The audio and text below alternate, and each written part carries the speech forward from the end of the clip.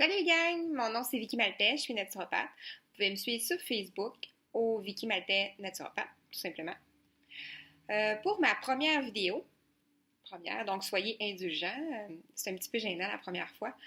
Donc je vais vous parler d'hydratation. En fait, c'est vraiment très très important de bien s'hydrater de nombreuses manières et je voulais vous en parler aujourd'hui.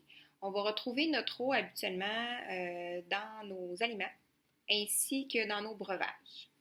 J'ai beaucoup de patients qui me demandent quelle quantité d'eau qu'on doit boire par jour.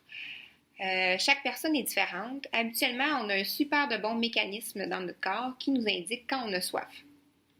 En fait, si on a soif, c'est qu'on a besoin d'eau.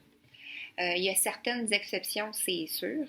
Quand vous êtes en train de faire un entraînement physique de longue durée, souvent, on va devoir s'hydrater, même si on n'a pas encore soif. C'est de manière préventive. Mais sinon, si vous êtes en train de travailler tout bonnement, que vous ne faites pas d'efforts particuliers dans votre journée, mis à part vos aliments, vos breuvages de tous les jours, habituellement, c'est ce que vous avez besoin pour bien vous hydrater si vous n'avez pas de soif intense.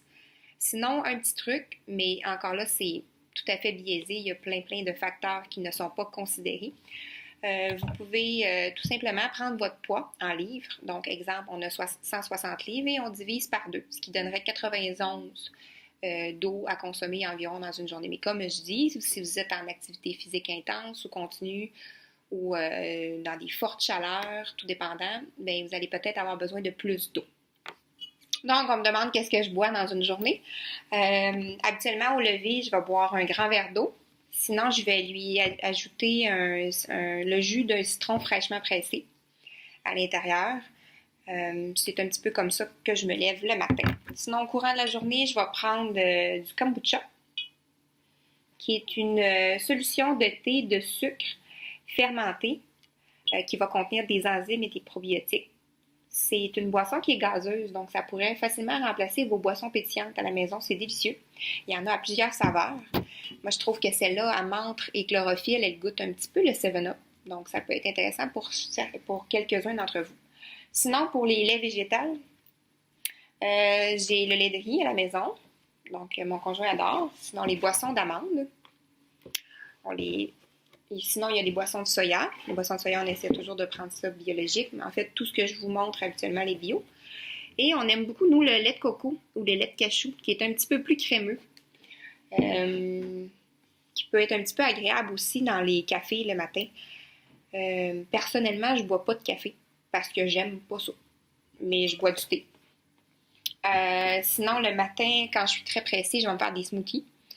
À base de lait végétal avec une portion de fruits, des protéines supplémentaires avec du chia, des graines de lin, des graines de chanvre, etc. Ou quand je suis très pressée, je vais me faire un shake.